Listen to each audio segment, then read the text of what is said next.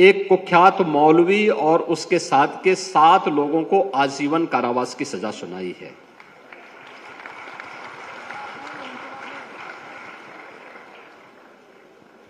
ये इसलिए सजा नहीं हुई कि वो मौलवी था। उसके पीछे एक घटनाक्रम आता है, 2019-20 की घटना है। मेरे पास एक रिपोर्ट आई, एक मंदिर में एक संत पर मिलने की नियत से 2 युवा जा रहे थे और जब उस युवाओं की जांच हुई तो उनके पास एक सामान्य ब्लेड मिली, उनसे पूछताछ करके छोड़ दिया गया। मैंने संत के बारे में डिटेल लिया और मैंने कहा दोनों युवा कौन थे। संबंधित जनपद के पुलिस अधीक्षक को मैंने फोन करके पूछा, मैंने कहा दोनों युवा कौन थे। तत्कालीन जो हमारे डीजीपी थे उनसे मैंने कहा भी इन दोनों युवाओं के बारे में डिटेल लो। कहा साहब ये दोनों हिंदू युवा थे ऐसा। मैंने कहा भी देखो मैं ये नहीं पूछ रहा हूं, एक मुझे बताओ कि उनके पास मिला क्या। कहा साहब एक ब्लेड था। मैंने कहा कैसा ब्लेड था। कहा वो सर्जिकल ब्लेड होता है। मैंने कहा सर्जिकल ब्लेड ये डॉक्टर इस्तेमाल करते हैं सर्जरी में, बहुत शार्प होता है। मैंने कहा बहुत छोटा सा होता है, 2 इंच का होगा और 2-2.5 इंच का यह शार्प इंस्ट्रूमेंट इतना खतरनाक होता है कि अगर वह किसी को यहां कट मार दे तो मान के चले कि अगले 2-3 मिनट में उसकी डेथ हो जाएगी। तो मैंने कहा भी इतने खतरनाक इंस्ट्रूमेंट को लेकर के जा रहे हैं और आप उसको हल्केपन से ले रहे हैं। मैंने कहा एक मालूम करो दोनों युवा वास्तव में जिस नाम से जो नाम उन्होंने बताया है ये नाम उन्हीं का है या छद्म नाम है। तो पूछताछ हुई तो उन्होंने पहले अपना नाम उसी जनपद का बताया था, बाद में उसमें से एक युवा ने कहा कि साहब एक उसने अपने दिल्ली का एड्रेस बताया, दूसरे ने हैदराबाद का बताया। मैंने कहा भी दोनों जगह भी मालूम करो और इनके बारे में डिटेल लो। पुलिस हर बार उन्हें पूछताछ करके छोड़ती थी लेकिन मैं पीछे पड़ा रहा। तीसरे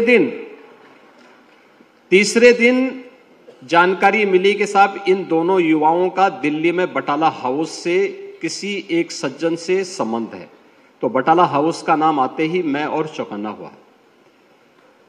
मैंने कहा बटाला हाउस ये वही जगह है जहां 2008 में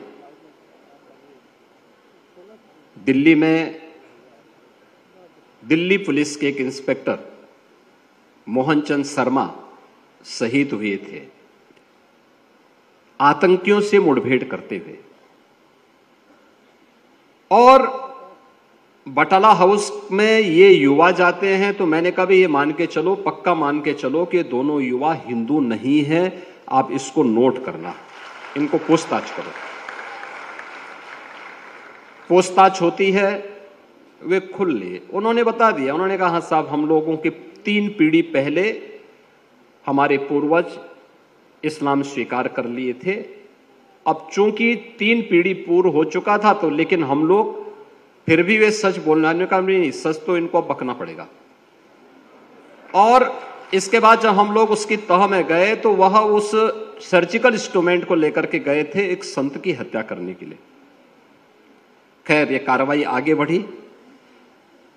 हम लोगों ने कहा कि भाई ये बटाला हाउस में जिस सज्जन के पास जाते थे, देखो ये वास्तव में सज्जन ही है या कोई दुर्जन है।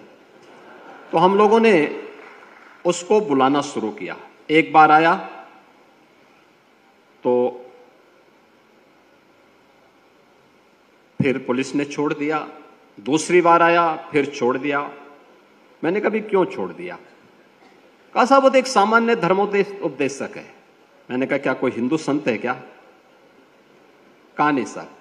मैंने कहा उसका पूरा नाम? तो नाम भी उसका बड़ा अजीब था। तो मैं भौचक था कि सही नाम और सही तथ्यों को सबके सामने क्यों नहीं रखा जा रहा है। उसके बाद फिर हमने जब सख्ती से इस पे कार्रवाई आगे बढ़ाई तो हमने कहा भी उसके ऑफिस में जाकर के उसके पास कोई लैपटॉप होगा, उसका कंप्यूटर होगा, उससे जुड़े हुए अन्य उसके पास कुछ सामान होंगे, उसका फोन होगा, स्मार्टफोन होगा, इन सबको लीजिए और अपने कब्जे में लेकर के एक बार इसकी सघनता से जांच कर लो। पकड़ में आया और पकड़ में आने के बाद जब हम लोगों ने जांच करनी शुरू की तो उन्होंने वह एक बहुत बड़े रैकेट को संचालित करता था और जिसका टारगेट होता था मूक बधिर बच्चे। उसमें जब हमारी कार्रवाई चल रही थी तो सबसे पहले मेरे पास शिकायत आई गुड़गांव से, और गुड़गांव से एक महिला ने कहा कि साहब मेरे बच्चे को, एक महिला ने कहा कि साहब मेरे बच्चे को जो मूक बधिर था, दिल्ली की एक संस्था में पढ़ता था, उसको जबरदस्ती इस्लाम स्वीकार करवा दिया गया।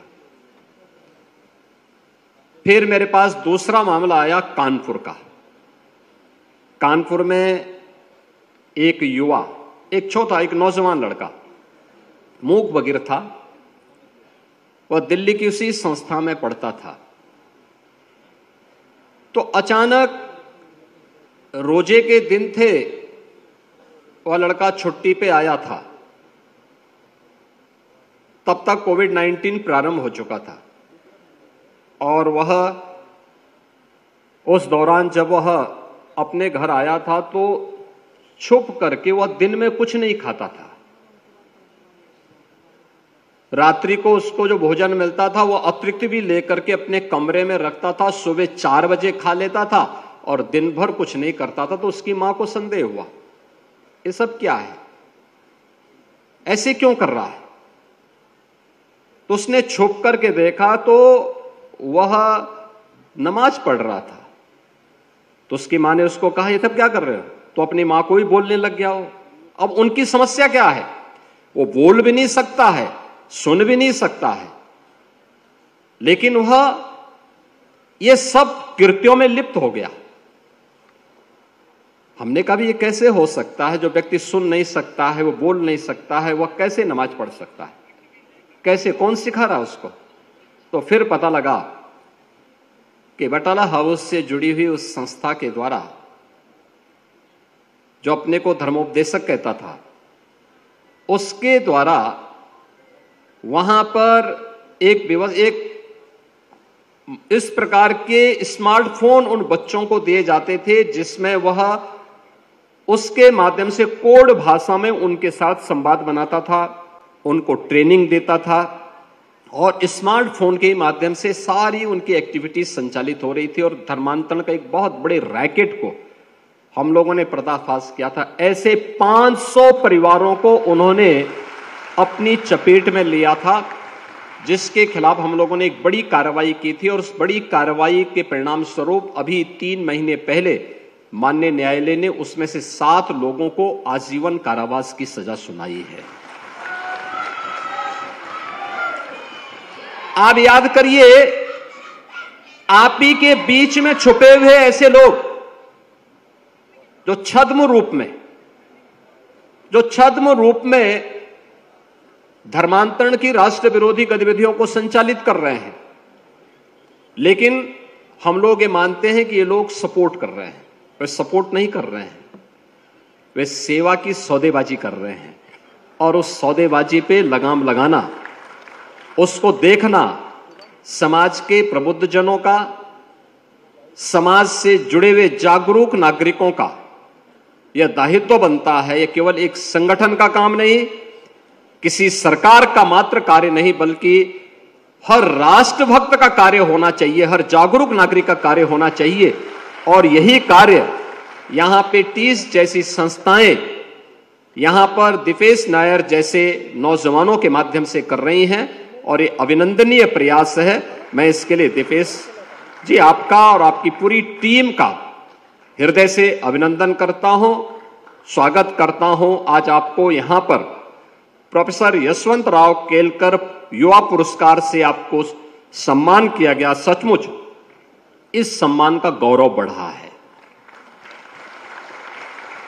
क्योंकि छद्म रूप से जो लोग हमारे बीच में हमारे ही लोगों को तोड़ करके धर्मांतरण की राष्ट्र विरोधी गतिविधियों को बढ़ावा देने के लिए जिस प्रकार के षड्यंत्र कर रहे हैं, उनके एक बड़े नेटवर्क को आपने एक ब्रेकर दे दिया है अपने संस्था के माध्यम से कि नहीं, आप आगे नहीं बढ़ सकते, ये लक्ष्मण रेखा है। उस लक्ष्मण रेखा को आपने तय किया, आपकी संस्था तय कर रही है और ये सबकी जिम्मेदारी बनती है। आज तो दिव्यांगजनों के लिए प्रधानमंत्री मोदी जी के नेतृत्व में 4% आरक्षण की सुविधा दी जा रही है और 16 से अधिक कैटेगरी को इसमें लिया गया है। अगर थोड़ा भी हम उन्हें प्रशिक्षित कर लें, थोड़ा भी उनके लिए एक प्लेटफॉर्म उपलब्ध करवा लें, तो वह जीवन के प्रत्येक क्षेत्र में आगे बढ़ सकते हैं। और याद करिए, प्रतिभा किसी व्यक्ति, किसी जाति, किसी मत और मजहब की मोहताज नहीं होती है, हर एक जगह छुपी हुई है। अगर ईश्वर ने कहीं कमी की है तो उसकी पूर्ति भी करता है, याद रखना, उसकी पूर्ति भी करता है। और उसकी पूर्ति